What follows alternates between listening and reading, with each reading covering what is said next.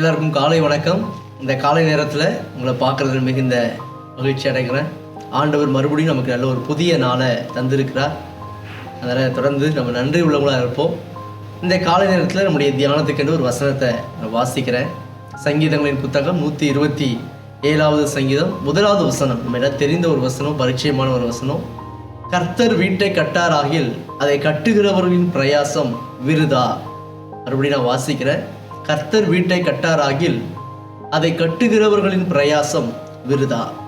ஆண்டவர் ஒரு விஷயத்தை செய்யலை அப்படின்னா நம்ம எவ்வளோ முயற்சி பண்ணாலும் அது எல்லாமே வீணாக தான் போகும். நம்முடைய ஆண்டவர் சர்வ வல்லமையுள்ள தேவன்.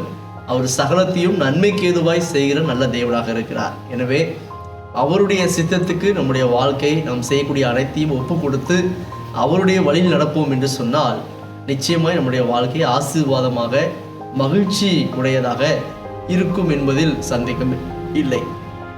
சில வருடங்களுக்கு முன்பதாக, கிட்டத்தட்ட ஒரு 250-300 வருடங்களுக்கு முன்பதாக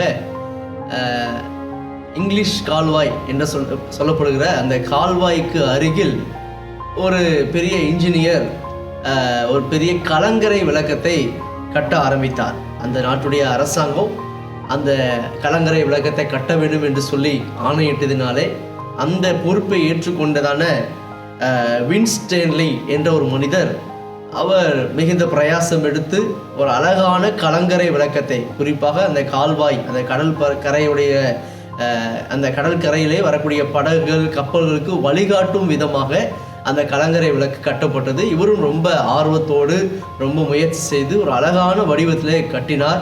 அது மட்டும் இல்லாமல் அங்கே அந்த கலங்கரை விளக்கத்துடைய கல்வெட்டிலே ஒரு வாசகத்தை பொறிக்க சொன்னார். அது பொறிக்கப்பட்டது. என்ன வார்த்தை என்று சொன்னால், காற்றே நீ எவ்வளவு பெரிய வல்லமை உள்ளதாக இருந்தாலும் நான் கட்டின இந்த கலங்கரை விளக்கத்தை மோதிப்பார் அப்படின்னு சொல்லி அந்த கலங்கரை விளக்கத்தை எழுதி வைத்திருந்தார் அந்த கல்வெட்டிலே.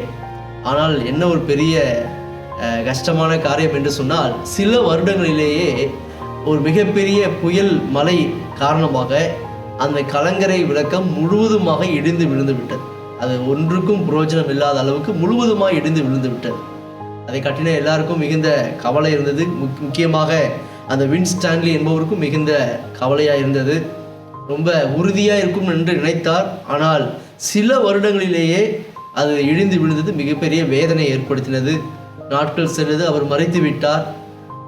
பல வருடங்கள் பின்பதாக, கிட்டத்தட்ட 1755வது ஆண்டிலே மீண்டும் ஒரு இன்ஜினியர் அந்த இடிந்து போன கலங்கரை விளக்கத்தை மறுபடியுமாய் அரசாங்க அந்த உத்தரவின் பேரில் கட்ட ஆரம்பித்தார்.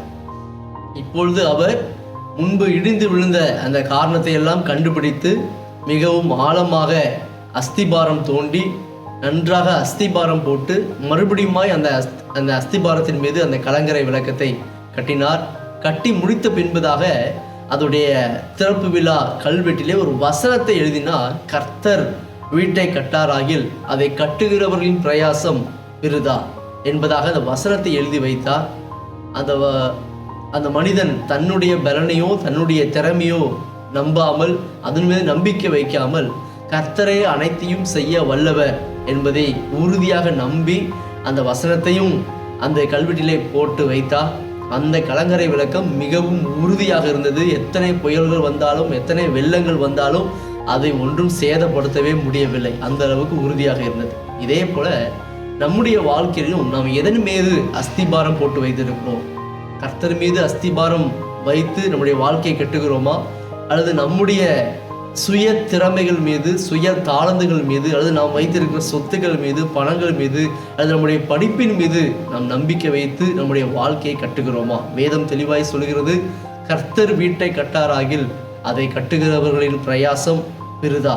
எனவே ஆண்டவர் நமக்கு ஒரு காரியத்தை செய்யவில்லை என்று சொன்னால் நாம் எவ்வளவு முயற்சி செய்தாலும் அது வீணாக தான் முடியும். எனவே இந்த காலை நேரத்தில் நம்முடைய வாழ்க்கையினுடைய எல்லா பகுதிகளிலும், குறிப்பாக சில பகுதிகளை தேவ சமூகத்தில் அர்ப்பணித்திருப்போம், சில பகுதிகளை நான் பார்த்து கொள்கிறேன் என்று சொல்லி நாம் ஆண்டவருடைய சமூகத்தில் ஒப்பு கொடுக்காமல் இருப்போம். இல்லை, நம்முடைய வாழ்க்கை முழுவதையும் 100% அவருடைய கையில் ஒப்பு கொடுப்போம் என்று சொன்னால் நிச்சயமாய் கர்த்தர் நம்முடைய வாழ்க்கையை ஆசீர்வதிக்க, நம்முடைய வாழ்க்கையை கட்ட, உயர்த்த அவர் போதுமானவராக இருக்கிறார்.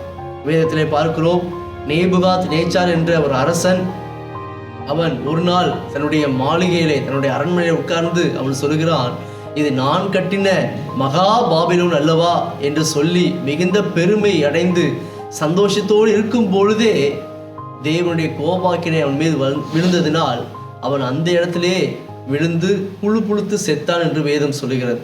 எனவே இந்த காலை நேரத்திலே பெருமை உள்ளவர்களாக இராமல் நம்முடைய சுய பலனை சார்ந்து கொள்ளாமல் முழுவதுமாய் எல்லா சின்ன காரியமாக இருந்தாலும் பரவாயில்ல, பெரிய காரியமாக இருந்தாலும் பரவாயில்ல, எல்லா காரியத்துக்கும் தேவனையே சார்ந்து கொள்ளக்கூடிய ஒரு பழக்கம் நமக்கு இருக்கும் என்று சொன்னால் நம்முடைய வாழ்க்கையில தோல்வியே இருக்காது. நம்முடைய வாழ்க்கையில ஒவ்வொரு நாளும் ஆண்டவர் ஜெயத்தை தருவார். எல்லாவற்றுக்கும் மேலாக நம்முடைய வாழ்க்கை ஆண்டவர் ஒவ்வொரு நாளும் ஒவ்வொரு ஸ்டெப்பாய் கட்டுவிப்பார், நம்மை உயர்த்துவார், நம்மை மேன்மைப்படுத்துவார். எனவே இந்த காலை நேரத்தில் நேபுகாத்நேச்சாரை போல அல்ல, வேதத்தில் சொல்லப்பட்டது போல தாவீது ராஜா தனக்கு அந்த அரச பதவி கிடைத்த பொழுது பெருமைப்படாமல் ஒவ்வொரு காரியத்துக்கும் தேவனே சார்ந்து கொண்டு, ஆண்டவரே இந்த இடத்துக்கு நான் யுத்தம் பண்ண போகலாமா போகக்கூடாதா, நான் இதை செய்யலாமா செய்யக்கூடாதா என்று சொல்லி ஒவ்வொரு சின்ன சின்ன காரியத்துக்கும் தேவனை சார்ந்து கொண்டிருந்தனால கர்த்தர் அந்த இஸ்ரவேல் தேசம் முழுவதையும் கர்த்தருடைய அந்த தேசம் முழுவதையும் தாவீதின் நகரமாய் கர்த்தர் மாற்றினார் என்று வேதம் சொல்கிறது. எனவே நாம் நேபுகாத்நேச்சாரை போல இல்லாமல் தாவீதை போல முழுவதுமாய் கர்த்தரை சார்ந்து கொண்டு வாழுவோம். அவரே என்னுடைய குடும்பத்தை கட்டுகிறவர், அவரே என்னுடைய வாழ்க்கையை கட்டுகிறவர் என்ற நம்பிக்கையோடு அவர் மீது அஸ்திபாரத்தை போட்டு வாழ பழகுவோம். நிச்சயமாகவே கர்த்தர் நம்மை உயர்த்துவார், கட்டுவிப்பார், நம்மை வாழ வைப்பார், மேன்மைப்படுத்துவார். நம்ம எல்லாரும் கண்களை மூடி ஜெபம் பண்ணுவோம். கிருபை நிறைந்த அன்பின் ஆண்டவரே, இந்த காலை நேரத்திலே எங்களோடு பேசின நல்ல வார்த்தைகளுக்காக நன்றி செலுத்துகிறோம். நீர் எங்கள் வாழ்க்கையை ஆசீர்வதிக்கிறவராக, எங்கள் வாழ்க்கையை கட்டுகிறவராக, உயர்த்துகிற தேவனாக இருக்கிறார். ஆனால் அநேக நேரங்களிலே நாங்கள் எங்களுடைய சுய முயற்சியை முழுவதுமாய் நம்பி அதனாலே நாங்கள் நிறைய காரியங்களை இழந்து போகிறோம், ஏமாற்றம் அடைகிறோம். ஆனால் இன்றிலிருந்து எங்களுடைய வாழ்க்கையை முழுவதையும் உங்களுடைய கரத்தில் அர்ப்பணித்து உமக்காய் வாழ, அப்போ உங்கள் மீது நம்பிக்கை வைத்து, உங்கள் மீது அஸ்திபாரம் வைத்து உங்கள் வாழ்க்கையை நடத்த கர்த்தர் உங்களுடைய பிள்ளைகள் ஒவ்வொருவருக்கும் உதவி செய்வீராக. ஒவ்வொருடைய குறைவுகள் எல்லாவற்றையும் கர்த்தர் நிறைவாய் மாற்றுங்க. இந்த நாள் உங்களுடைய பிள்ளைகளுக்கு ஒரு ஆசீர்வாதத்தின் நாளாக, மன மகிழ்ச்சி நாளாக இருக்கட்டும். இது பெரிய காரியங்களே செய்யும். இயேசுவின் நாமத்தில் ஜெபிக்கிறோம் ஜீவனுள்ள நல்ல பிதாவே, ஆமென். God bless you. கர்த்தர் உங்களை ஆசீர்வதிப்பார்.